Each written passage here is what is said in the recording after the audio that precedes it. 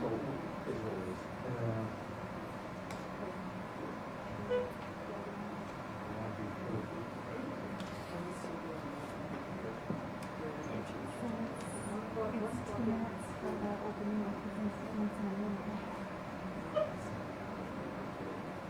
We're live on Facebook.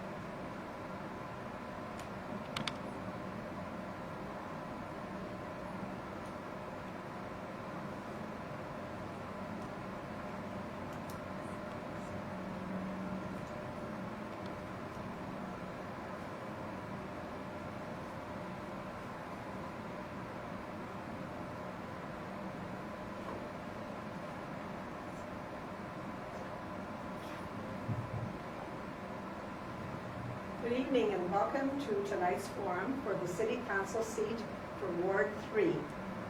Tonight's forum is sponsored by the League of Women Voters, Minneapolis, and is broadcast live on Facebook.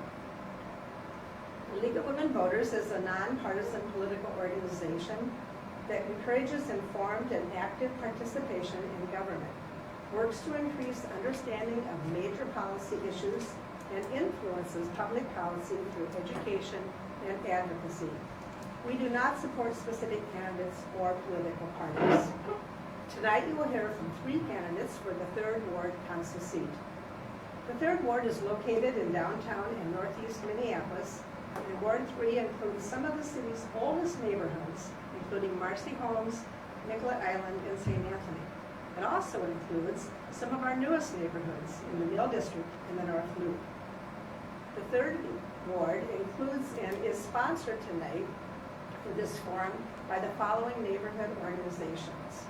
The neighborhood associations of Beltrami, Bottineau, Marcy Homes, Nicollet Island East, St. Anthony East, Sheridan, and St. Anthony West.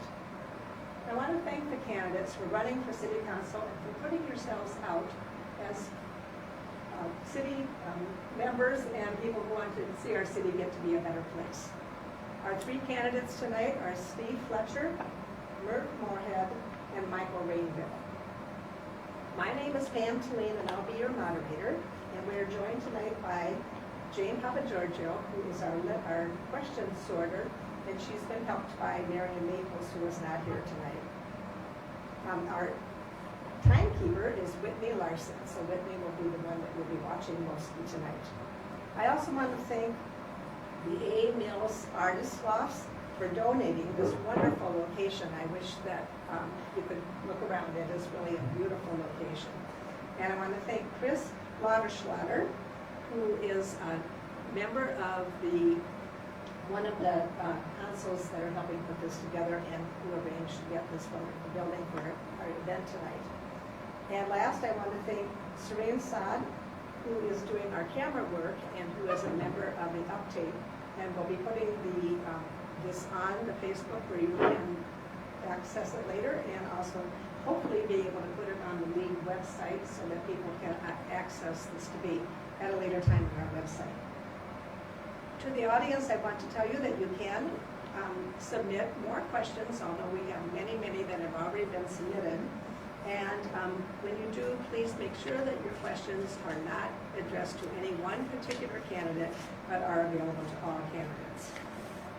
The format for tonight is that each candidate will get 2 minutes for opening statements, and then when we begin the questioning, you'll get 1.5 minutes for each answer. And then we will end with 2 minute closing statements. We'll go in the same order, and for you to know that the candidates drew numbers, and it just happened that they came in alphabetical order, so that worked out nicely. And we will rotate as we ask your questions. As you can imagine, there were many, many questions about many different topics. So we'll begin with the questions. Our question sorters tried to get them to fit together, so we'll see how well we can do on this one. The first question is about government city structure of government. What do you think of the current structure of city government in Minneapolis? Do you favor maintaining the city council control structure as it currently exists, or do you support the strong mayor proposal put forth by a charter amendment, which will be on the ballot? I can read a summary of that charter amendment if you want me to, otherwise if you're all familiar with it, you may begin answering the questions. Okay, our first person to answer the question is Steve Fletcher. Did you want us to do opening statements? I'm sorry. Oh, we forgot. Thank you very much. Yes, let's let you have a chance to introduce yourselves. And so we will start with opening statements of 2 minutes. And during this time, I hope you'll tell why you're running for this office. I apologize. Thank you. Very good. Well, thank you for hosting, and thank you to all of our neighborhood sponsors and to everybody who's participating in our local democracy. My name is Steve Fletcher. I'm the 3rd Ward City Council member. It's been my honor to serve for the last 4 years. When I ran 4 years ago, I earned the DFL endorsement and I won the election based on some clear promises, and I have done the things I said I was going to do. I said that I would increase housing options, and especially affordable housing, and we have more than tripled our production of new affordable housing units. I said I would increase transportation options. Making major improvements for walking, biking, public transit use, and driving. I said I'd be a labor champion, and I passed wage theft protections and a right to recall. I said I'd be a climate champion, and we've made major strides in local solar production, energy efficiency, and stormwater management. And yes, even before Derek Chauvin murdered George Floyd, I said we needed to change the way we do policing. We have a moral obligation to confront the ways that our system is currently causing harm. Black lives matter, and we have to not just say it, but act on it. I am committed to continuing to lead on the process we've begun to transform our system of public safety. I have done the things that I said I would do, and I hope that those accomplishments have earned your support for re-election. The thing none of us could have known when I ran was that we'd be doing this in the context of a global pandemic. I believe we've weathered the storm responsibly. We've set ourselves up fiscally and socially for a strong recovery for Minneapolis. But I'm also aware that many of our accomplishments and many of the things that we love about our city are obscured by the challenges we face under COVID-19 and by the things we've lost. And with all of the challenges and all of the complexity of this job in the year 2021, I stand ready and willing to keep moving us forward. Thank you. Thank you. Merton, go ahead. Thank you, Pam. Thank you to the League of Women Voters for sponsoring this event. It's much appreciated. Since I'm new to the political arena, I thought I'd take a moment to introduce myself. Again, my name is Merv Moorhead. I'm running for 3rd Ward City Council seat. I grew up in Pittsburgh in a working class family. My father was a union steelworker, local 1036, while my mother was a stay-at-home mom, raising 3 children. I was lucky enough through my that he was able to send actually all 3 of his children to college. I was lucky enough to go to Allegheny College, where I met my wife. My wife Tricia and I have been married for 30 years. We're lucky and proud parents of 2 young men. Our oldest graduated from the University of Minnesota, who lives in Northeast Minneapolis, and our youngest is finishing up his first year of his graduate at Creighton University. College, and my wife and I moved to Minneapolis with General Mills. I've been working for General Mills for over 30 years. With General Mills, I've learned a lot of amazing things. First of all, there are amazing people that work there. I've learned collaboration skills, which is necessary for the city to manage large budgets. I've learned how to listen with empathy. And I've also learned about servant leadership. And servant leadership is essentially making sure you're putting people of yourself. and that's key to being this city council member for the 3rd Ward. There are 3 things I'll be focused on. One is public safety for all. The second is making sure we recover economically from COVID. And finally, it's equity. How do we close the gap in home ownership and income inequality? Thank you. And Michael Ringo. Thank you, and I also want to echo the thanks that have been given to the League of Women Voters. It's great that you're doing this, and how amazing to do it over Facebook Live. So congratulations to you on your use of technology. My name is Michael Rainville, and I've lived in the 3rd Ward all my life, and I've worked in the 3rd Ward all my life. And I'm proud to say I've been a Democrat all my life, reflecting the traditional values of the DFL party. I attended De La Salle High School. I have a degree from the University of St. Thomas in marketing and a certification from Notre Dame University in nonprofit management. For the last 35 years, I worked for the Minneapolis Convention and Visitors Association, helping to create the economic engine that was downtown, that had 36,000 people working in that hospitality industry. And I want to say that again, because you think about it, 36,000 residents in the city of Minneapolis worked in the hospitality industry prior to the downturn. But the proudest achievements I've done is in my 35 years of service to the St. Anthony West neighborhood. So many of the neighbors watching tonight, you know me from the projects we've worked on, whether it's the Ritz Theater, the street lights and bike path along 3rd Avenue Northeast through St. Anthony East and St. Anthony West, the Sheridan Memorial Park down on 13th Avenue in the Grainbelt Complex, the B.F. Nelson Park. I had the EPA, I asked the EPA to come in and fix that.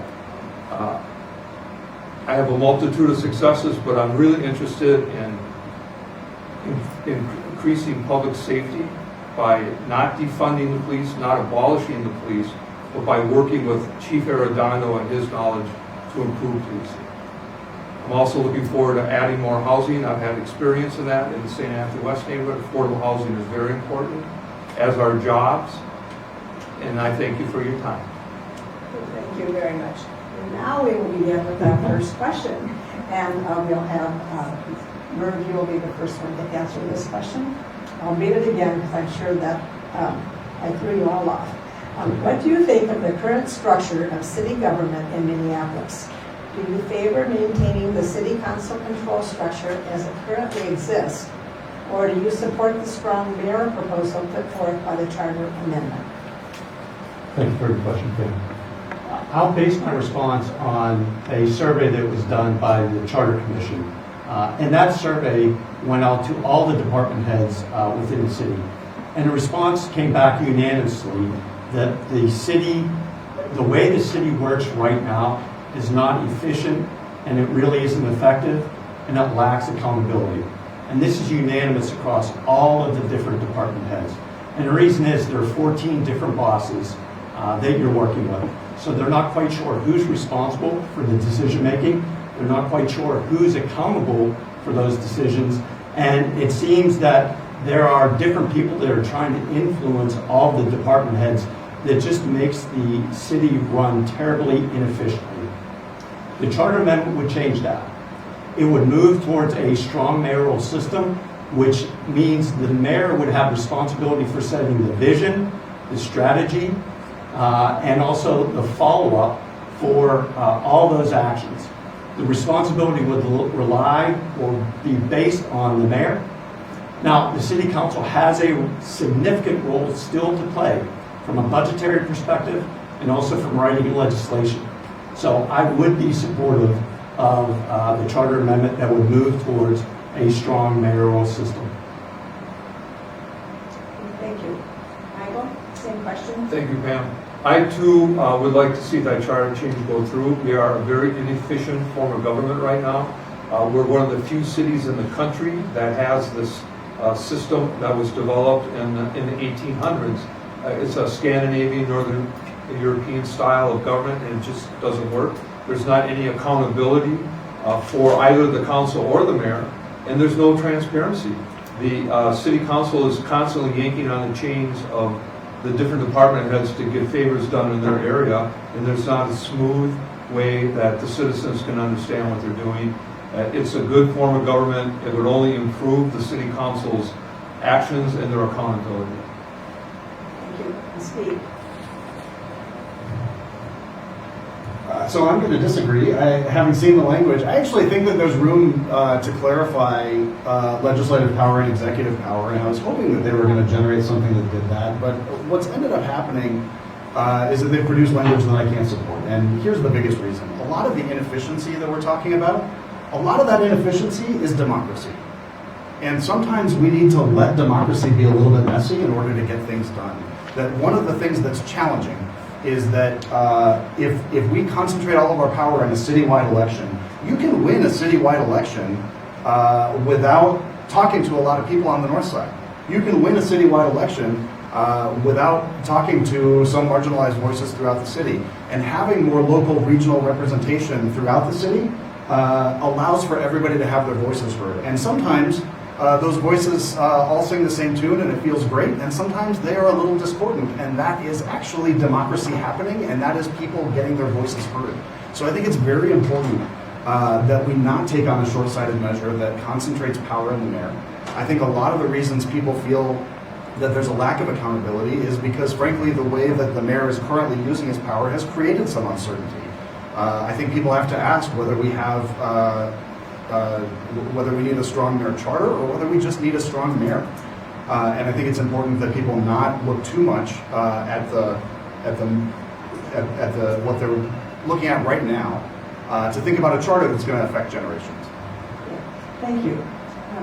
This next question is sort of a follow-up to the one we just had. One primary concern with many citizens is that the organization of the city council lacks accountability. What changes would you support to provide increased accountability? And Michael, you'll answer this first. Thank you, Pam. So as I mentioned in the last question, the city council has not lived up to the standards of accountability that they've spoken of. And they're not transparent in their actions either. Part of this is hiding behind the COVID disease. But, you know, going forward, our city has to prosper and get back on track. And right now, the city council is not responding to that. And that's why I'm running for office. I'm very disappointed in my representation here in the 3rd Ward. And I promise to be more open and transparent and accountable to the residents of this ward. Thank you. Steve? So I actually think there's a great deal of accountability in the way that the council operates. We hold our meetings in public, we publish our agendas, we have every vote that everybody can go over and see exactly how we acted using the power that we have. And I think that's very important, and I think that that's something that people benefit from. And frankly, I've been moving to try to get more decision-making into that public arena, to get more daylight on more decisions so that more people have access to those decisions. Sometimes there's a difference between accountability and just disagreeing. And one of the things that's hard about the 3rd Ward is that just about any decision that you make, you're going to disappoint somebody because we have a huge diversity of opinions. But what I will say is I have been extremely accessible. We track our agendas and our topics, and we do our business in public. I think more of the city should do more of its business that way, and I think that's how we produce results. It's very important to me, as Paul Wellstone used to say, everybody gets their say, not everybody gets their way. And I've worked very hard, even during COVID, to try to make sure that everybody gets a say, even if not everybody is getting their way in the final decision. Thank you. And Murray? Steve talked a little bit about transparency and having open votes and talking about agendas. In my 30 years experience with General Mills, we've had agendas, but that's not really the key to results. So what I would like to see is actually what are the results of the actions that have been taken, not only the vote. I understand that because we want to know where the council stands, but also what are the results. If we look at the gap we have in equity in housing, we haven't closed that gap in over 4 years. It's taken 50 years plus for us to get here, but there hasn't been a result there. When we look at public safety, there's been no result there. Actually, it's getting worse. If you look at violent crime, it's been up 3 years in a row. Homicides are up 3 years in a row. So this is not about taking votes. This is actually about accomplishing the goals that are set out through the organization. And that's what I haven't seen, is actually saying, here's what we said we would do, here are the results that we said we would achieve, and have we achieved those? That's what I'm interested in. Thank you very much. Our next topic is about something you've all mentioned already, policing and public safety. Again, there were multiple questions, and we will ask several of them. As for the first question, there also is a proposal that will be on the ballot in November. The City Council proposes that the Transforming Public Safety Charter Amendment, which includes establishing a new Department of Public Safety that eliminates the Minneapolis Police Department as a charter department and establishes it in its place a division of law enforcement within the Department of Public Safety made up of sworn peace officers responsible for the core functions of law enforcement. So the question is, what issues with policing and public safety do you view as the most important, and what is the ideal structure to allow the city of Minneapolis to best promote public safety? And Steve, you are the first responder. Sure, thank you. So we have multiple issues that we have to address all at once. We have violent crime happening in our city, and we have a system of policing that does not seem especially good or capable at responding to it effectively. We also have a system that in the process of policing is causing significant harm, disproportionate harm, using force at a much higher rate with people of color, pulling people over at a much higher rate if they're driving while black. And we have to take responsibility for our role in a system that is broken and that is harming people. And so absolutely, I am a co-author of the amendment, of the Transforming Public Safety Amendment that would change the structure, that would replace our current police department with a Department of Public Safety that has a little broader mission, that works like every other department does, to have its legislative function managed by the council, in the same way that the fire department and CPED and Public Works do. And I believe it's very important that we bring daylight to those decisions, that we're making critical decisions that we all should feel very concerned about the moral ramifications of. We're authorizing the use of force. We're authorizing arrests. We have to take responsibility for our role in that, and we have to all be accountable together and not just leave it to the mayor and the chief behind closed doors to make decisions about how we're going to use those powers. Thank you. And Bert. Our children are dying. And when I say our children, I mean our children in Minneapolis, North Minneapolis, South Minneapolis. It doesn't matter. These are all our children. 85% of the homicides that have taken place are in the black and brown community. We need to find a way to address it. Now, when we say the police aren't working, right now we're down over 25%. So, as Chief Arredondo said during the budget, we can only respond to things that are happening. We can't take proactive steps to get guns off the street, to have community policing, to understand when crimes are going to occur, and to properly investigate it. So right now, the MPD is a serious disadvantage because of the amount of officers that they don't have on the street. Now, I agree with Steve that we need to reform the MPD. I have friends that have been pulled over. I have colleagues at General Mills that have been pulled over for no reason. We have to fix that. We have to both be able to address the urgent issue that we have with violent crime and reform MPD. But this is not going to be done without MPD as a critical role, that has a critical role to play in public safety. Thank you. Michael. Thank you, Pam. So we are in a crime crisis here because we're not doing two things at once. We're not reforming the police, but we're not rebuilding it either. And the current council member got up on stage and said he was going to abolish the police department without asking anybody in the third ward. That was a decision that was made without input from us. It was a silly decision. And Black lives do matter. I marched in those protests with my son and my wife so we could be part of that movement to change our society. But you know what? who's getting killed in the city? It's disproportionate to the black people in our community, people of color. And that's a terrible, terrible thing. We have to rebuild the police department while at the same time reform it. And the council has had that opportunity to do that. They haven't done it. They need to take responsibility for their actions, and we need a whole new city council. Thank you. The next question is about community policing. Another name for it is beat cop. Having a beat cop is considered a component of most criminal justice reform policies. Do you advocate having beat cops in the 3rd Ward? If not, why? And if yes, how would you specifically advocate for this goal with the current budget climate? And Murph, you are first to answer. Sure. I absolutely believe that we need to have beat cops. We need to have greater community engagement between MPD and the community itself. It drives familiarity. It helps people to understand what's going on in the community and what may be going on in the community. We have to be able to address those.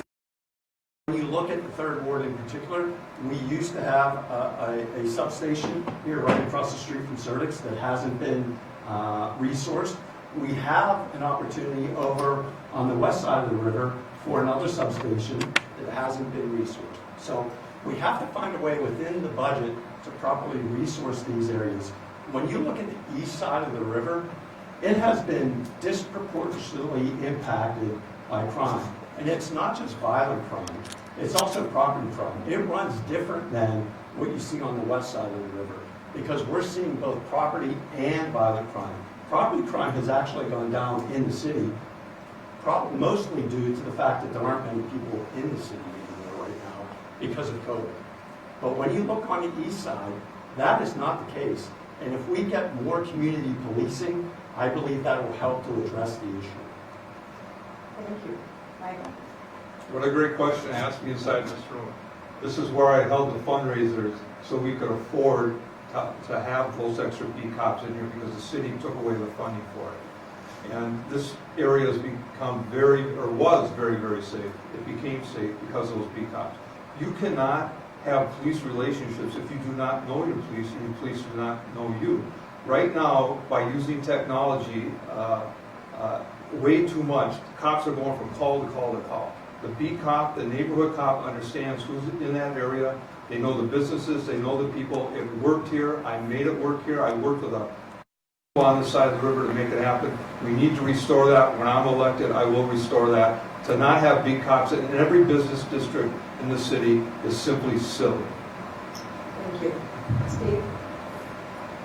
Thank you. So I support the idea of that kind of sustained community presence. I just don't really know why it needs to be police. I think we've been talking about community policing as a theory for reforming the police for decades now. This is not a new idea. And frankly, this is where we get to the real disagreement, is that, Chief Arredondo had a vision for 400 more police, and this is what he was talking about. As he said, if you give me 400 more cops, we'll have beat cops all over the city, and we'll have these great community relationships. And I don't think that what we really need to be investing in is to build relationships for the police. What we need to be building relationships with is for community, to keep each other safe. There's really no reason when we start to talk about the kind of community presence, community outreach, the role that people are playing, that those need to be armed law enforcement officers. And so I think the shift in thinking that I advocate for, and that I think really is where the city is going when you talk to people around the ward and around the city, is more and more to focus on, yes, community presence, yes, all kinds of community presence, but the emphasis on armed law enforcement is just not something that there's an appetite for, and not something that there should be an appetite for. Because we really can create a sense of community safety and focus armed law enforcement much more on actually responding to violent crime.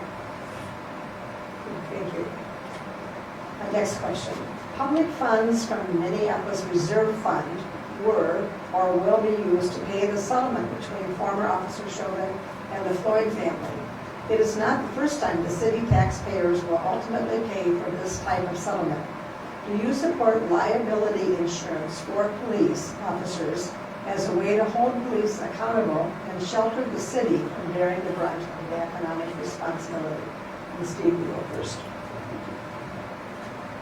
So I love the spirit of that question, because I think we need to be thinking of absolutely anything we can do to create a sense of consequences, and to protect taxpayers from the out-of-control liability that our current system of policing is creating for us. It is not financially sustainable. Forget all of the other concerns that we have about our system and culture of policing, because we are paying settlement after settlement after settlement. And what we have seen so far has been that the federal government has not been willing to separate us from liability. So it's not clear that we could push things off onto liability insurance, even if we were able to mandate liability insurance in that way. And so I'm not sure it's the fix that people are hoping it is, but it is absolutely the question is how do we create accountability and how do we shield all of us from liability for some profound harms that our police department has been causing. Thank you. Merv? As we look at the opportunity to attract new officers, that will be, from my perspective, a deterrent to bringing in the people, the right people that we want to be new officers. If you look right now, we're supposed to have 2 full classes of new officers that are in the pipeline. We're not filling those classes because people aren't signing up to be officers at this point in time. If we put that on top of the current challenges that we have, we even have less people that are willing to sign up to be officers. We want the right people to be officers. I think as we look at NPD, we certainly do need to change some of the culture that's involved with NPD. That can be done by bringing on a new group of officers and having another pipeline that changes the culture. So I think it would be very challenging to bring on the right type of officers that we want into our community with that type of change to liability. Thank you. Michael? So Pam, that's a really good question, and I want to split the middle here with Merv and Steve. Liability, what does that really mean? And how does that affect how we retain and recruit new police officers? Will the liability insurance be paid by the police officers themselves? Will it be paid by the city? Let's see the plan and act accordingly. But to hold police accountable, the Department of Justice was in here in 2015, and they did an audit asking the city to improve the discipline process for the police, and especially in the coaching area, in lack of discipline. And the city council had a chance to do that, and they never fulfilled it. They only complied with 3% of what the audit asked for from the Department of Justice, whereas cities like Chicago and Seattle were 20% or 14% compliant. The city council had their chance to improve policing, and they did not respond to it. Thank you. This one has 3 parts, so Should I take notes? You can remember, take notes. What specific duties would you want to see included as part of a public safety unit? What is the role of violence prevention in delivering public safety services to residents? And what, if any, functions currently performed by the police could be curtailed, should be curtailed? So it's kind of all tied together with if we go with a public safety model. And Merv, you are first to answer, I believe. So as we look at all of the duties that MPD has, I'm a strong proponent of the co-responder system. So I've heard a lot from our community that there are challenges, particularly when it comes to calls with emotionally disturbed people, calls for overdoses, calls for domestic violence. We need to have a strong co-responder system to go along with NPD. We should be looking at how do we fund that, because it is critical. I think NPD would tell you we would want to have some experts come with us. These are not always the safest calls. So we have to make sure both the responder and MPD and the people that are making those calls are safe. A strong co-responder system does that. I do believe that there's a role for violence interrupters. If you look at A Mother's Love, if you look at Mad Dads, if you look at those groups, I think they play a critical role to the fabric of our community and to public safety. So we should be looking to engage those groups as we move forward. From my perspective, the key is this is not in lieu of MPD. This is along with MPD. To me, that's the great differentiator. Thank you. Michael? Yes, so I'm going to start with duties that should be moved away from the armed police, and the co-responder model is perfect. In fact, Chief Arredondo had established one in the 5th Precinct as a pilot project. It worked very successfully, working with Hennepin County, because we have to bring in other government agencies to help us, whether it's the county, the state, the federal government. Minneapolis cannot have public safety fall on its shoulders alone as a city. We have to ask for other help. But that model is ready to roll out to all the other precincts in the city, and then the budgets got cut by the city council.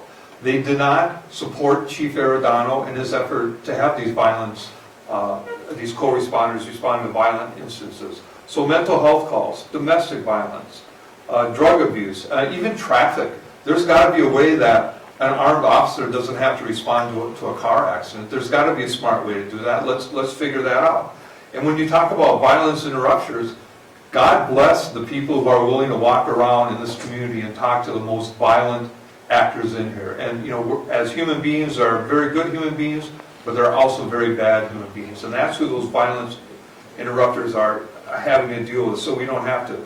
Lisa Kellerman's, Mad Dads, thank God that we have people like that that are doing that. They should be supported, and all of this should be funded. We are making a mistake by not funding our public safety to the proper level. Thank you. Steve? Thank you. So I do want to correct one thing Michael said, which is actually that the council voted to expand the co-responder model to all 5 precincts in a way that the mayor hadn't funded in the 2019 budget. So we actually expanded that, and the reason that it stopped operating was that COPE stopped sending people during COVID. So that service became unavailable to us under that contract. But just to be clear, that is something that the city council did support. I support us going further, and I supported funding full mental health response without armed law enforcement escort, because every time we send armed law enforcement escort, there are situations where that will escalate the situation. And most mental health response calls don't require it. And the people who are best equipped to decide whether they need an armed escort are the mental health professionals themselves. And so I'm very excited that this summer we're rolling out a full mental health response that doesn't rely on armed law enforcement to escort them.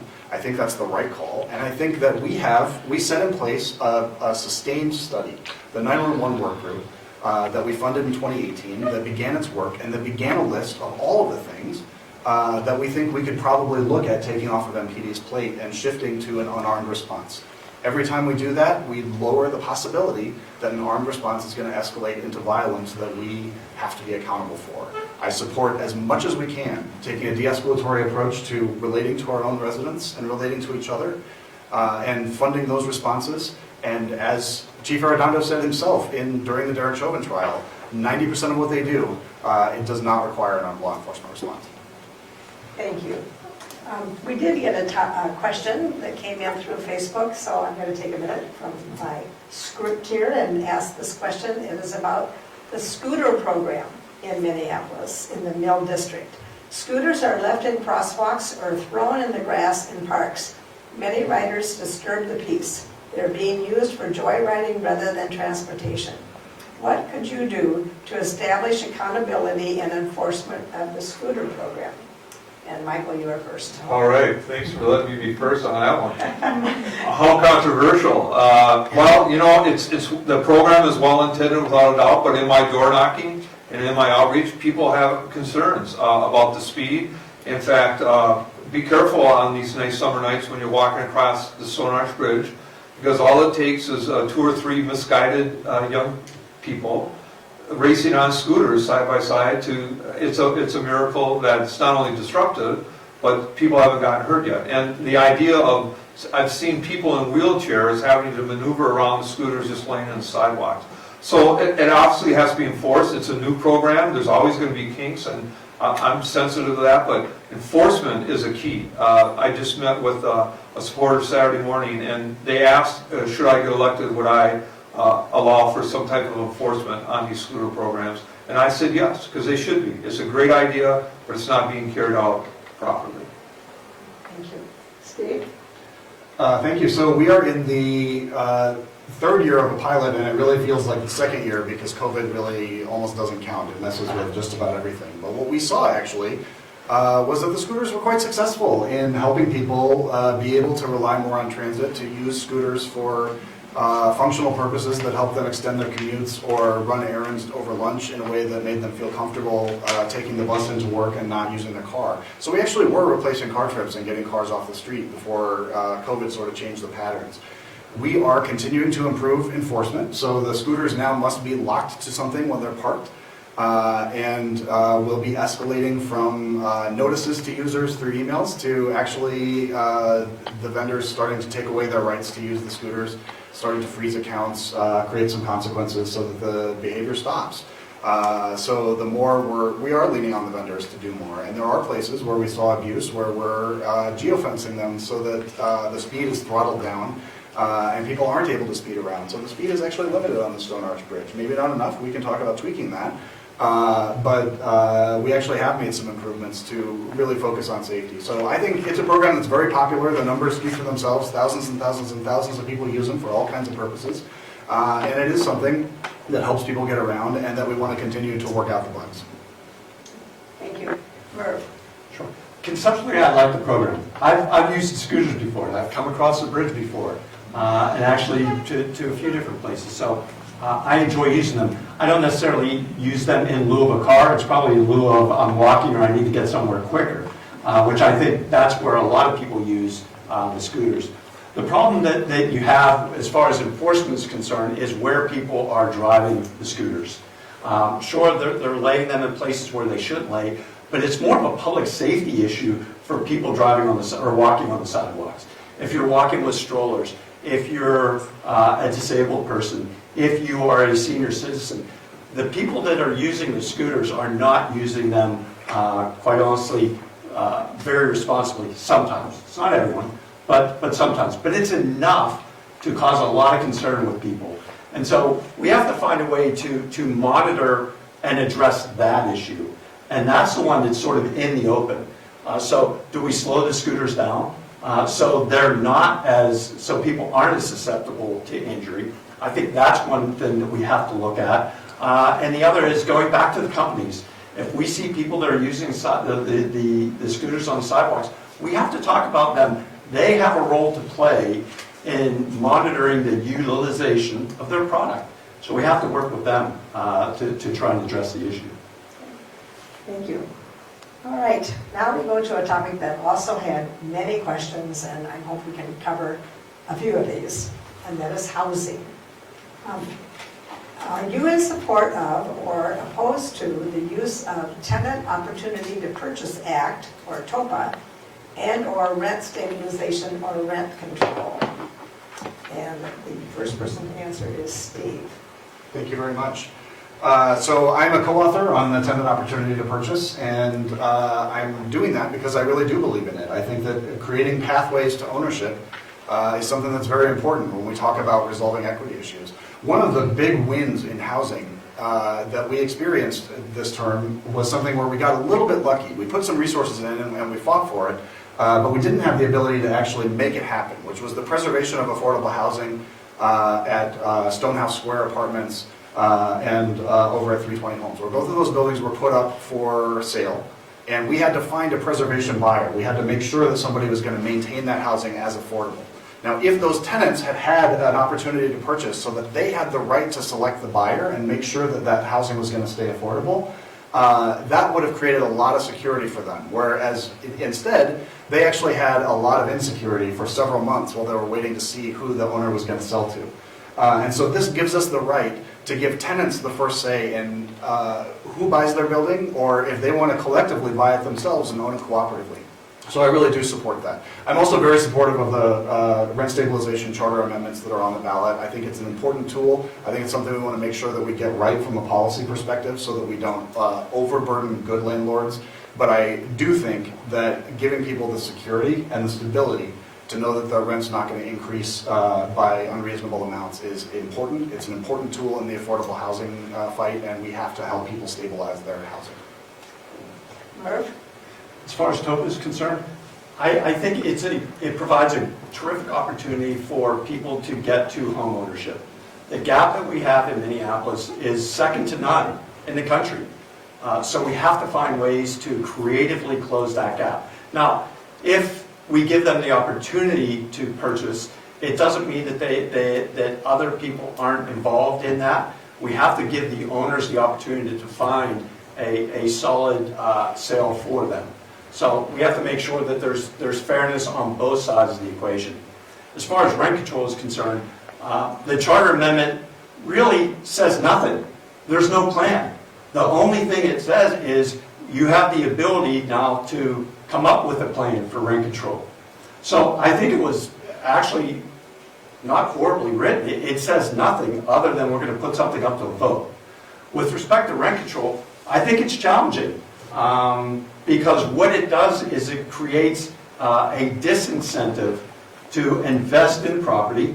It creates a disincentive for investment to come outside and create more rental units within the city of Minneapolis. It's helpful for people who are in their place currently and want to stay there for a long time. If you want to move to other locations, you will see your costs go up significantly. So I'm not in favor of, I guess, the rent control charter amendment as it is currently written. And Michael? Yes, so any home ownership opportunity should be put forward. That is, if it's chosen by the person, it's not for everybody. Renters understand that, and should you choose to not be a renter anymore, home ownership is a wonderful, wonderful thing. The city should encourage every way they can do that, and it will really help in acquiring wealth, intergenerational wealth, and help solve some of our equity problems. As far as the rent stabilization, I find that to be very interesting. It's great that it's going to be on the charter. It might not have to be on the charter because the state has floating some proposals around to limit rent controls to 6%. So you're seeing the state of Minnesota take an interest in this as well. But there isn't a city that's really done it well in the United States. I sat on a Zoom call with was Neighbors for More Neighbors, and it was a housing professor from UCLA, and he talked about what a balance it was, that there's just so many pitfalls with rent control that you have to be very, very careful. It hasn't worked everywhere it's been tried, so seeing the plan would really help me make up my mind. And the way to get more affordable housing is to build, build, build, and to do that we have to involve the private sector. Thank you. This one is a two-part one. How does home ownership fit in your view of affordable housing? And describe your approach to increasing affordable housing in Ward 3. Merv, you go first. I think home ownership is critical for the city of Minneapolis. As I mentioned earlier, the gap that we have between white homeowners and black homeowners is the most significant in the country. We have to find ways to solve that issue. It's not going to be solved in a year or two, but we have to make positive steps in that direction. So as we look at that, we have to find different ways to get people into their first homes, their starter home. And if that's looking at AMI and saying what percentage of AMI would we be willing to provide a down payment? Would we be willing to provide a low interest or no interest loan? What are those things that we need to do in order to get people into their first home? Michael talked about it a little bit earlier, is the best way to pass down generational wealth and close that income gap is to pass along your home. So we have to find ways to do that, and I'm open and willing to look at any way to get more people into home ownership. Thank you. Michael? Thank you, Pam. So again, home ownership is not for everybody. There are people who choose to not own homes, and that should be thrust upon them. But for those who would like to enter into that, it's magical to get equity in a place and be able to pass that on to your children or even grandchildren. That's a great source of wealth creation. I have a supporter, a friend, Samantha Reese, she's up in Upper Northeast in Ward 1, but she just recently glowed over how she got some help from the Urban League both to understand what home ownership was and some financial help from them, as well as a bank. And she had a great down payment. We should be investing in people who want to be homeowners by providing that. A very interesting project, which I'm so pleased to see, is happening on Washington Avenue South, and that's a proposed apartment building or a condo for sale units that are going to have modestly priced ownership opportunities in there. And what a great way. I think the city's making great strides in thinking that way. Perhaps a home isn't for everybody, a single family home, but a couple bedroom condo in a modest priced situation is the way to go. So home ownership, it turned my life around. I've been a homeowner since I was 23. I struggled for probably the first 20 years to pay for it, but now that I have, I'm in great shape. And that should be afforded to as many people as possible. Thank you. Steve? Yeah, so I have fought for people to have access to homeownership for a long, long time. I was part of, when I was running Neighborhoods Organizing for Change and working for Acorn before that, we did all kinds of consulting with folks to help them get access to housing, to help them get access to loans, to help them get the information they needed to make sure that they were making a good decision for themselves. And then the foreclosure crisis hit, and we were out fighting the banks to keep them from foreclosing on people and help to keep people in their homes. And I've been on the front lines of that fight in many, many ways. Here's the thing. We have the Minneapolis Homeownership Program.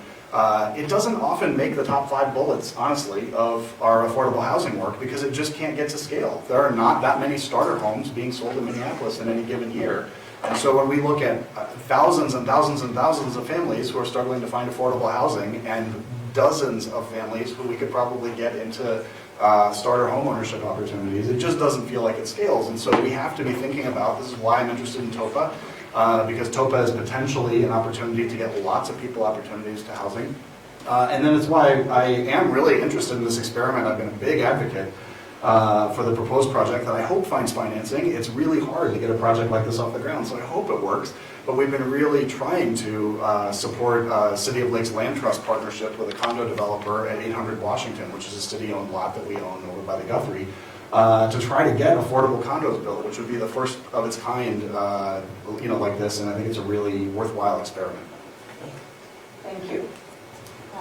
Let's see. We're ready for another question, I hope. My system here has gotten kind of messed up. What is your position regarding density of housing in Minneapolis, and what should be done for or against it? And I believe, Michael, you go first. Okay. So density is a great idea, and the concept is wonderful. What a great way to use the existing sewer lines, the park systems, the transportation corridors. In fact, look in the area we are now, the density is working very, very well. I think that it has to be looked at, though. It's one thing to have a great idea and another thing to see it carried out. And I use a living example. I'm in the St. Anthony West neighborhood. And in the last 3 years, we've had 12 single-family homes taken down. And in their stead are over 500 apartments. Most of those are efficiencies in one-bedroom apartments, very little parking.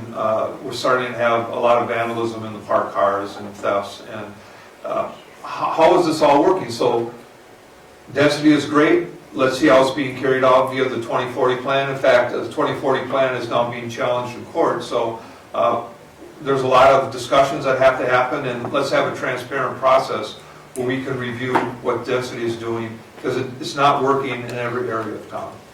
Thank you. Steve? Thank you. So there are 2 ways that we can make an impact on our climate impact. We can improve energy efficiency of housing and buildings, and we can reduce vehicle miles traveled. The way to do both of those things is to build new density. We need more housing, closer to each other, closer to walkable neighborhoods, closer to jobs, so that people can get where they're going, can take advantage of the vibrancy of the city. And we have designed a land use plan called the 2040 plan that does that, and I'm exceptionally proud of that plan. We broke some real ground. Other cities around the country are looking to us as an example, are pointing to us and emulating our work, and we are seeing real benefits from it. It is obviously, anytime cities are growing and changing, there are going to be people who struggle with the very specifics of that growth and that change. But at the end of the day, the most important thing that we can do is we can say, here's our plan. We've all agreed to it. We did years of community engagement to get to this plan. And now we're going to stick to the plan. So we're not going to deny a building where it's allowed. But we're also not going to approve a 20-story building where it's only zoned for 8. We're not going to give massive variances that create unpredictability. And so I think the thing that we need to promise people is that everybody understands the rules, everybody can play by the rules, whether they're buying land, selling land, living across from land. They know how it can be used and what's possible. And then we can build to a density that actually supports vibrant businesses, vibrant community, and a vibrant climate. Thank you. Merv? I think we have to look at density from a smart perspective, meaning that we had just talked about home ownership and the fact that single-family homes are going away. Well, that's part of the upzoning issue that we have with the 2040 plan.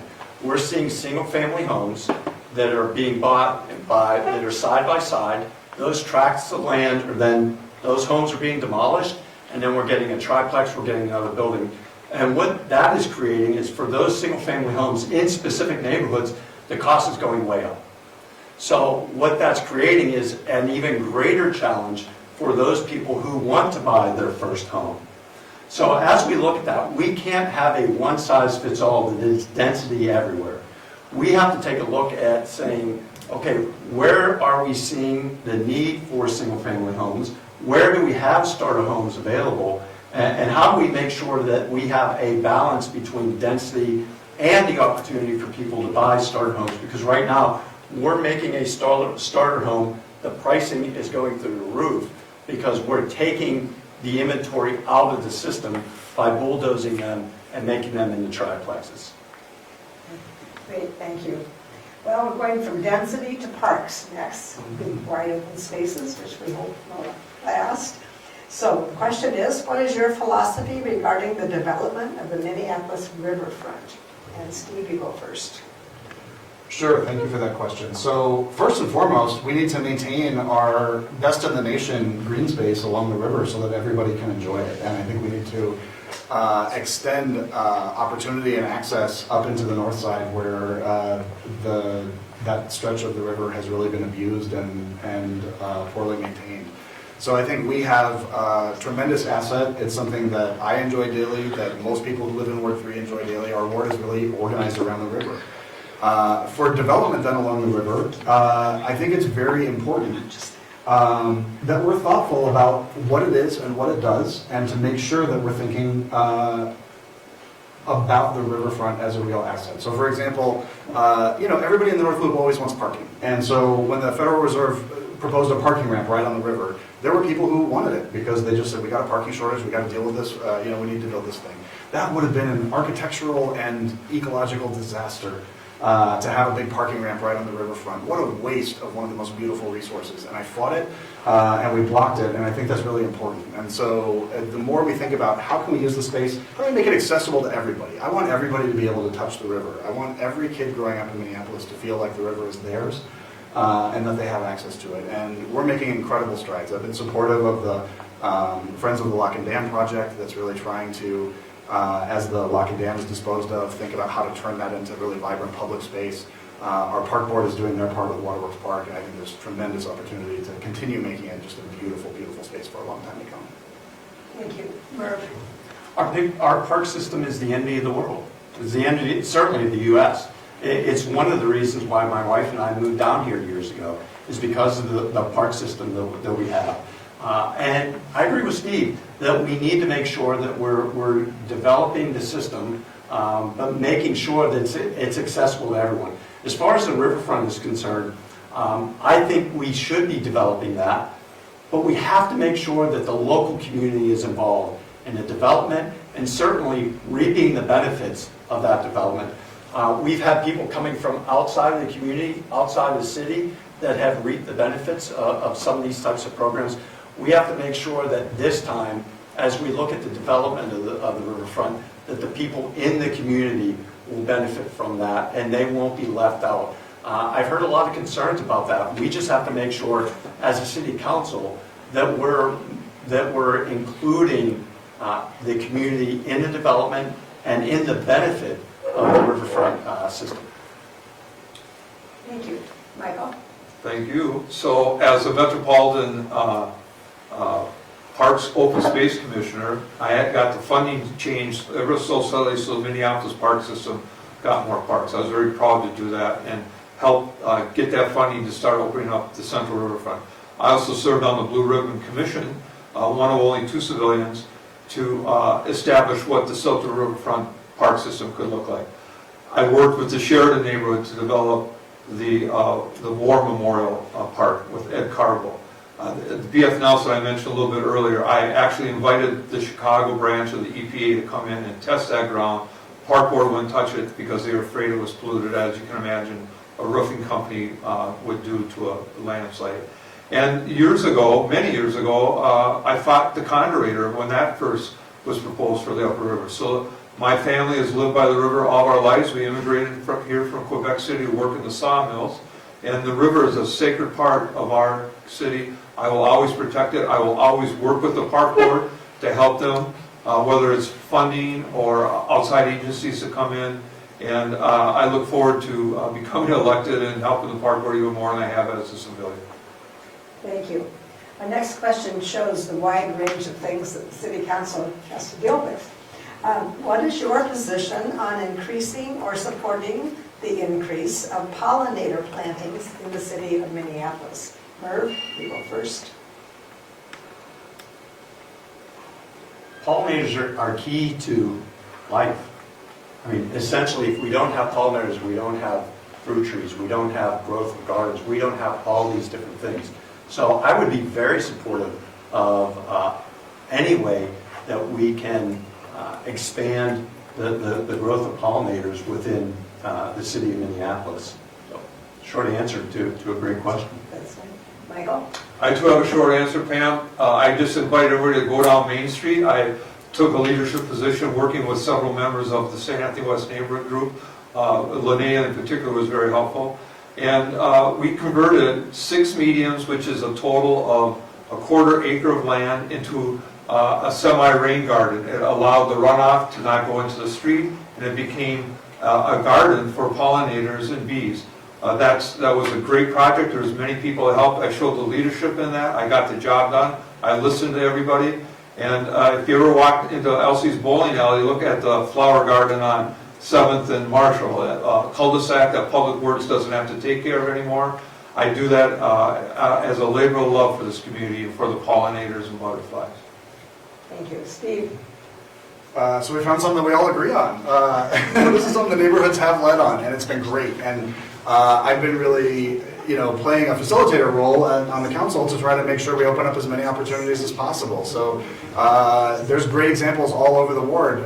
St. Anthony West and Sheridan have worked together to try to get the University and Broadway intersection. We've got 2 of the intersections. We got McDonald's agreed to work with us on the 3rd intersection. I think we might actually be able to get all the way around with really great plantings. And it is so beneficial for our ecosystem, for stormwater management. The Marcy Holmes neighborhood has done a really good job of, really using the boulevards and thinking about how we can innovate a little bit to get more rain garden into more spaces. And they've donated their, labor and been willing to work on it, and we've been willing to work with them, and we're looking for more and more opportunities. I think it's great. Our Public Works Department is learning from the projects that have been happening in Ward 3 and developing policies to allow more neighborhoods to do more in the boulevards and more in some of the public realm where we can expand rain garden plantings and pollinator plantings. So thanks to everybody for all the work that you've been putting in, and this is something that Ward 3 is leading on, and I'm proud of us. Great. Thank you. All right. The next one is sort of about the parks. It's about what policy positions will you support of the Minneapolis Park Board, especially encampments in the city parks, fireworks, and concerts that are impacting migratory birds and animals along the Mississippi Flyway. And Michael, you go first. Okay, so as far as encampments, there isn't a single one of our sisters or brothers that should be forced into a situation where they're so unsheltered that they have to live in a tent in our park. And that issue should never come around. We should work a lot closer with the county, with the state to increase the bonding that Minneapolis needs to create more affordable housing. So we just stop upstream this living in tents.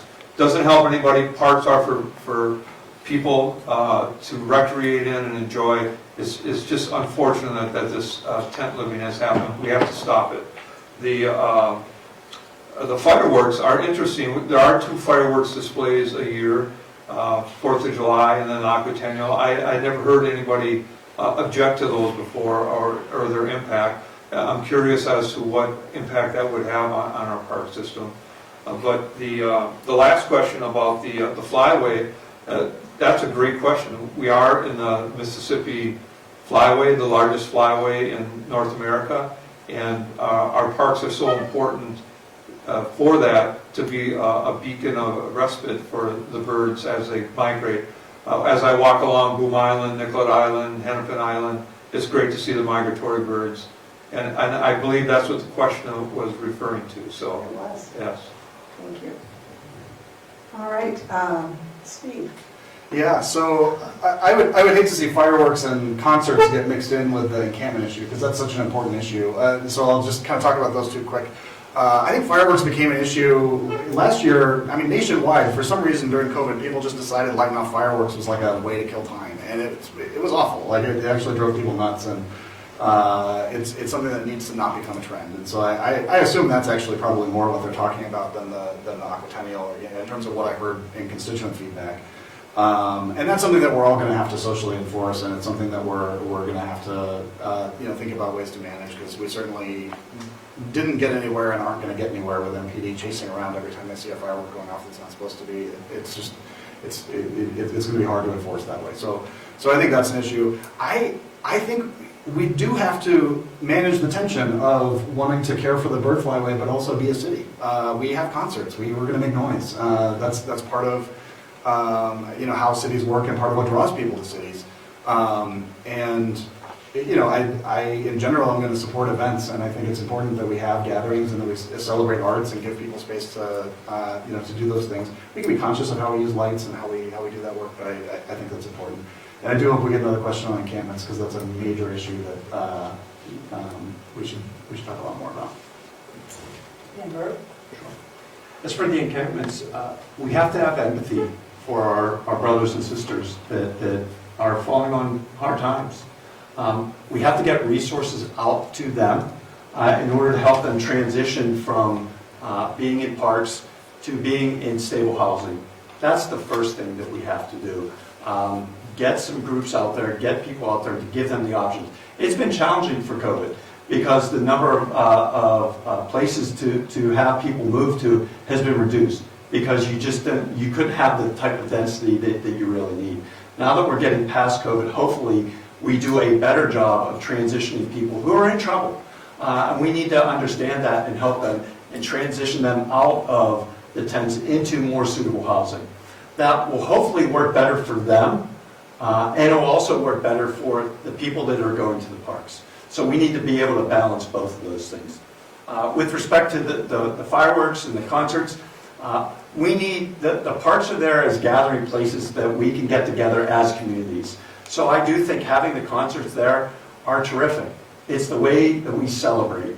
And especially coming out of COVID, I think people are looking for ways to get together and to celebrate being in a great city. So I'm very supportive of that. The fireworks, if they're illegal, I don't think we're going to have police chasing them down. I wish they weren't doing it. As far as the other city-sanctioned fireworks, I think they're few and far between. And again, it's a way that we can gather and have a good time with each other. Thank you. This was another question that came from one of our viewers tonight, and it is about reinvigorating downtown. What are your ideas to reinvigorate downtown Minneapolis to make sure it comes back after COVID? Steve, you go first. All right. So to be really clear, the thing that reinvigorates downtown, the thing that makes our downtown special and our city special is you. We need you to come back. The thing that makes it really weird to walk around downtown is when it's empty. And we are seeing so much planning for so many great events and so many opportunities to come down. I got to attend the opening of Sista Co-op, which is a new business in the IDS Center over the weekend. And oh my gosh, to see new businesses, to see people investing and taking the kind of entrepreneurial risk that's involved in that, to say, we know downtown's coming back and we're going to be part of it. There is new stuff to see. There are going to be all kinds of events. We've really signaled to venues and everybody that if you've got an idea for an event, we want to be as permissive as we can about block parties and really help everybody create reasons for people to come back and to come downtown. There's going to be outdoor events. We know, Art World is opening back up, which is not downtown, but it's going to draw people into the city in a big way. So we've got all kinds of opportunities for people to start enjoying what you love about the city again. And I can't wait, and I can't wait to see all of you. And everybody coming back together is really what makes downtown downtown and what makes Minneapolis Minneapolis. So let's create as many contexts for that as we possibly can. Thank you. Merv? Sure. I think we are on the cusp of recovery, but it's going to take some work because we've lost a lot of businesses due to COVID. And we have to find ways to attract more businesses, both big and small, to Minneapolis. With Target, with people moving out of that building, 1/3 of that workforce moving out, we've got to find ways to replace that. With people that have the opportunity to work from home versus coming into the office, that's a lot of people that won't be coming downtown, that won't be able to take advantage of all the things that we have available to them. So we have to give them a positive reason as to why. So we have to track smaller businesses, particularly minority-owned smaller businesses. Do we have to offer, again, capital investment to get them started? Do we have to have variances that will allow restaurants to get onto a sidewalk, to expand their space? The other piece that is critical is we have to make sure that people feel safe being downtown. We can't avoid that. I've talked with many people who say, I'd love to do more, but I don't get that feeling of safety. So we can't neglect that. We have to have a greater police presence downtown. We have to make sure that when people are coming downtown, they feel comfortable and they feel safe in the city. Thank you. Michael? Pam, downtown is so needed for the city, for the state, and really for the region. It's the economic engine of Minneapolis. The tax dollars from downtown flow into the neighborhoods, and the tax dollars from Minneapolis flow into the state coffers to help support outstate infrastructure and spending. And 85% of all the visitors to downtown Minneapolis come from the 5-state area. They drive in here for their recreation. Downtown must be revitalized. And I have been talking to building managers, and they would really like to see the city listen to them and to their needs, and to ask them what can be done to help revitalize those businesses. So the city council has to engage the downtown business community. They're the experts. They're the ones investing the money. And lastly, I want to piggyback on Merv's comment about public safety. So many people I've talked to in the North Loop and the Mildrix district say they can no longer walk downtown for dinner or to Target. In fact, the Target store closes at 6 p.m. because of the violence. It's the elephant in the room. We have to admit downtown is not safe and take the steps to make it safe, not only for us as residents, but for our visitors as well, or they're not going to come here. Thank you. The next group of questions came from the neighborhood organizations, and don't forget, they're the ones who are sponsoring this debate tonight, so I think we want to make sure we get their question in. Neighborhood organizations are currently funded by the city budget. Would you keep them in the budget, and what changes, if any, would you make? And how would you be a champion for neighborhood associations when there are conversations about funding and partnering? And Merv, you go first. Sure. I think the neighborhood organizations that we have are key. They're a fabric of our community. So we have to make sure that we are funding them. I think they're critical to getting communication out to people. I think they're critical to getting communication back from people in the wards and up to their city council members.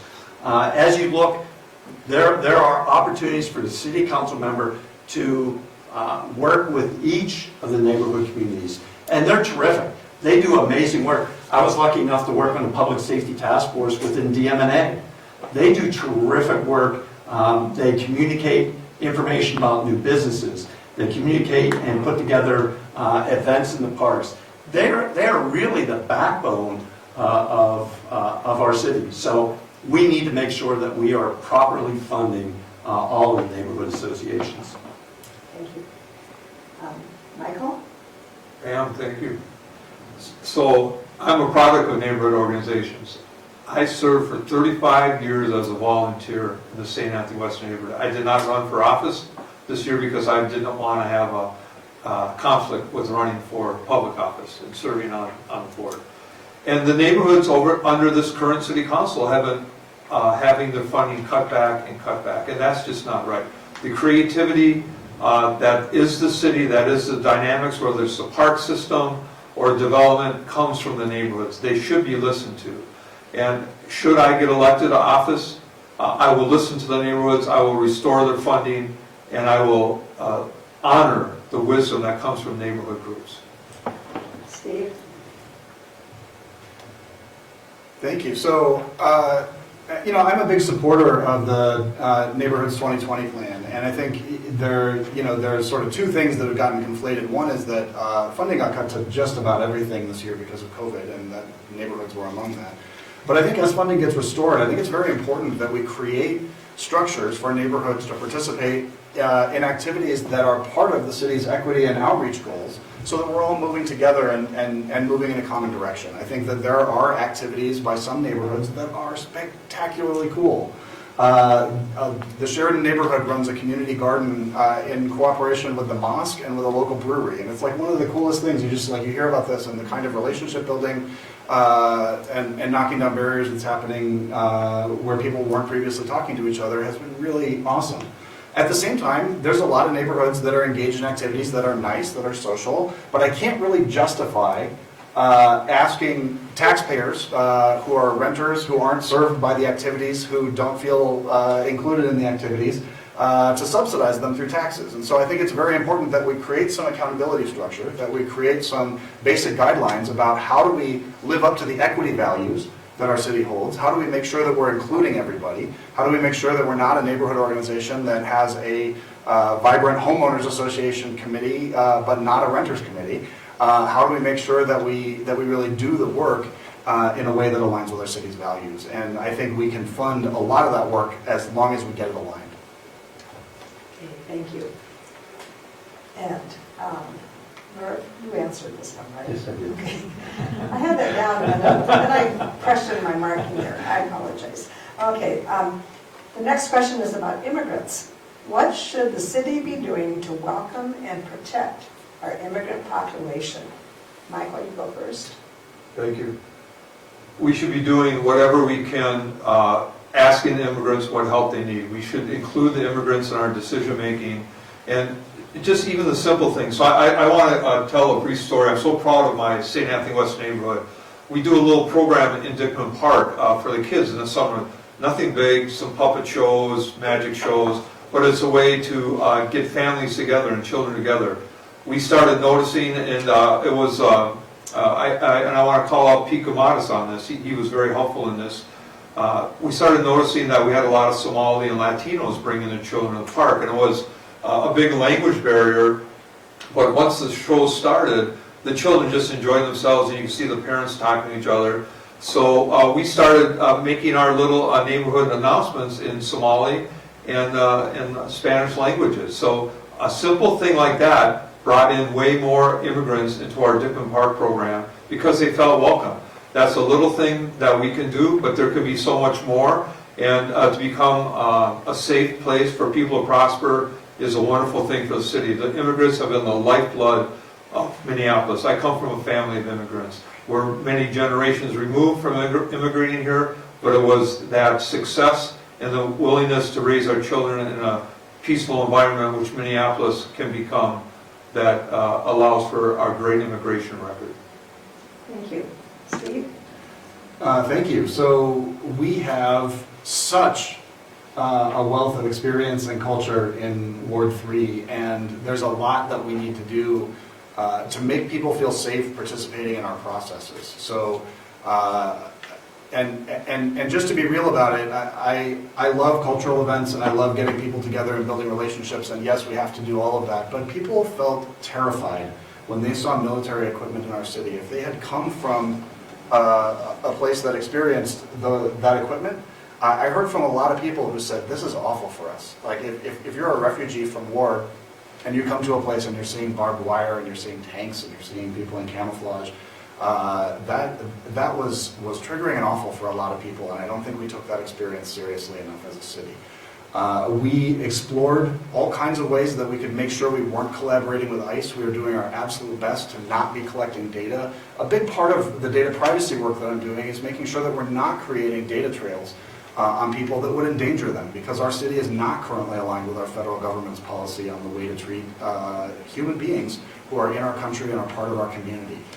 So I think we need to be doing everything that we can to increase the opportunities to participate, to make sure that we're not re-traumatizing people with the systems that we create around policing and sort of the militarized presence, and make sure that we're not subjecting people to potential harm from other elements of government.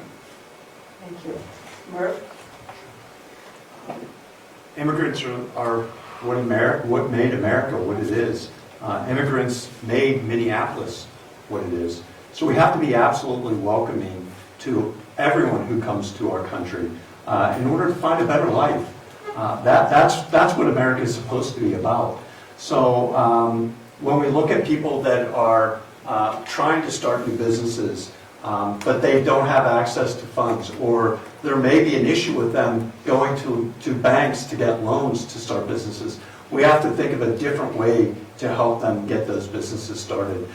We have to reach out particularly to younger children as we see opportunities to invite them to different activities, because that's really where it gets started. We have to get the younger folks involved in all that's available in the city of Minneapolis. So it's critical for us to get together and to learn how to not only live or tolerate each other, but to respect and welcome everyone. We've seen issues with Asian hate. We've got to be very straightforward and call out those situations when we see them, so people understand that it is just not acceptable for those types of things to happen. And it's not just Asian hate, it's any type of group that we see being abused. We have to be able to call that out as a city. Okay, great, thank you. We've come to the end, according to my clock. I don't think we can get another question in plus our final statements, so we're going to go to our final statements, but I would like to have you, when you think about giving your final statements, tell us two things. One, why have you chosen to run for this office? And two, is there anything about you that none of us would ever guess, and we'd like to know something different about you that nobody maybe has known about up until this point? So we will start with Steve again. It's your turn to start. 2 minutes. Okay. Something no one would guess. All right, well, we'll start with some other closing. So, because the why I'm running is an easier question. The why I'm running is that we've started a bunch of very important work that we need to finish. The whole world is watching us to see what are we going to do. We didn't choose this role. It was chosen for us by someone in a Minneapolis uniform murdering a Minneapolis resident on video. And many problems before that. We know that we have things that we have to fix, and we have started on a path that is important, that is meaningful, and where we have the opportunity to build a system that is safer, that is more just, that connects each other to each other in a much better way. We can build community can keep each other safe, and we can build the systems that actually facilitate that. And in order to do it, we have to have people who believe in that vision. Do not let yourself off the hook as someone who cares about racial justice by believing that we can just defer to the chief, make a couple of changes, a couple of minor reforms, and actually produce the changes that we need. It is critically important that we continue on the path that we're on. We have a climate crisis to overcome. We have a public safety crisis to overcome. We have work to do. We have an economy that needs to recover and a lot of people who have fallen through the cracks. This is hard work. It is complicated work, and I am here for it.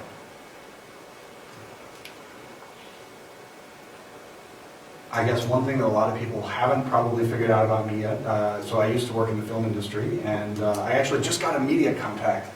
Somebody asked me, is this you on IMDb? Did you work on Mitch Hedberg's movie? And so yes, I was a grip on a locally shot movie called Los Enchiladas. And it went to Sundance. It's kind of a fun thing. Yeah, I think so. Thank you, everybody. All right, Vern? Thank you very much, Pam, for your time and for the questions this evening, so thank you. It's much appreciated. Why am I running for Minneapolis City Council? I believe, honestly, that our best years are ahead of us. I think that we are challenged with public safety issues. I think we're challenged to recover from the economic impact of COVID. And I think we're also challenged with equity issues.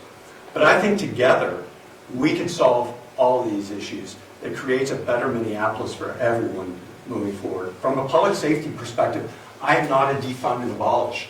I do believe that NPD plays a critical role in public safety in Minneapolis. Do I also believe that there needs to be changes to NPD and there needs to be reform? Absolutely, I do. I want to make sure that when my children come back home, they're safe going anywhere they want to go in the city. I want people to be able to walk and go to dinner with their families anywhere in the city at any time. I also want to make sure that the folks that are living in North Minneapolis and South Minneapolis, those parents don't have to worry about their children walking down the street, not only because they may be fearful of NPD and they may be pulled over, but also the fact that we have crime that's going through the roof in those areas. So we have to be able to balance both. We're dealing with the economic impact of COVID. We have to get the economic engine running again. And that also has a role to play with public safety, but it is how do we attract more businesses? How do we attract more people to come downtown? And then finally, equity. We've had a persistent issue with home ownership that we have to address. We have to close that gap. That's why I'm running for City Council. Just real quick, I was a roadie for Steppenwolf for a little bit when I was younger. So brief period of time. And while in college, I was able to dunk a basketball. So you may not see that. No way. I'm telling you. I was able to dunk We said we'd all tell the truth tonight. That's the guys that I played with. All right, and final, Michael? All right. So I'm running for council because I was raised and educated to help my community, and that's what I've done all my adult life. And I started rattling off all the things I've done here, whether it's Marcy, Home, Sheridan, St. Anthony West, St. Anthony East, Nicollet Island, and I've done that as a volunteer. If I had the power of an elected office, I could do even more. And I would get this city out of the crisis that it's in. I would make sure the city council is accountable, just as the Minneapolis Police Department should be accountable. The city council should be accountable for success, and we are not being successful right now. That's why I'm running. The results speak for themselves. That's what a city council member should be judged on. The results are not here in the 3rd Ward. We are not better off than we were 4 years ago, and we need a new city council member to do that. Something about me that probably people don't realize, 2 things, they both evolve around bicycles. So many years ago, Congressman Obastar brought some funding, about $24 million into Minneapolis to start a series of commuting bike trails, to use bikes as a commuting tool. And I was chosen to represent the east side on that task force. So I helped create those bike lanes along 5th Street, and especially on 5th Street and Broadway, where it's the first light where you could push and a bicyclist could stop the traffic on Broadway. So I'm very proud of that. And I'm also very proud of when you see public safety, the use of bicycles for police patrol and to be a part of our community. Mary Jane Partika and St. Anthony East and I wrote a grant in 1990 where we started a bike program in St. Anthony East, St. Anthony West, and Nicollet Island, and that served the business community as well, lowering the crime rate and getting police officers to know our citizens. It worked very, very well, and you see that today. When you see a cop on bike today, I want you to think of Mary Jane Partika of St. Anthony East. She was a great wrist, a very smart wrist. She could write a grant. Thank you so much to our three candidates, and thank you for being on time and watching our timekeeper and staying right within the time limits. There, as you know, as you can see on my table here, there are lots more questions to ask, so I would assume there will be more debates at some other time during the next few months. I also want to thank the League of Women Voters Forum Committee, especially Erin Harvey and Marilyn Concisano for your hard work in putting this forum on tonight. And thank you to all of the people who tuned in tonight to Facebook and who sent questions to our candidates both before tonight's event and during the event tonight.